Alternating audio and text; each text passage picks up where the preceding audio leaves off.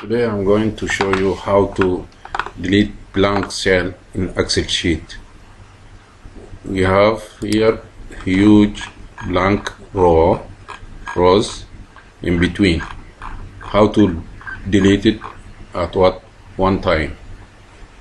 First, go to Home tab, then Editing Group, then click Find and select. Go to Special, tick mark blanks, OK, and then go to delete sheet by row, then click it. Then you will find all blanks rows deleted. Thank you.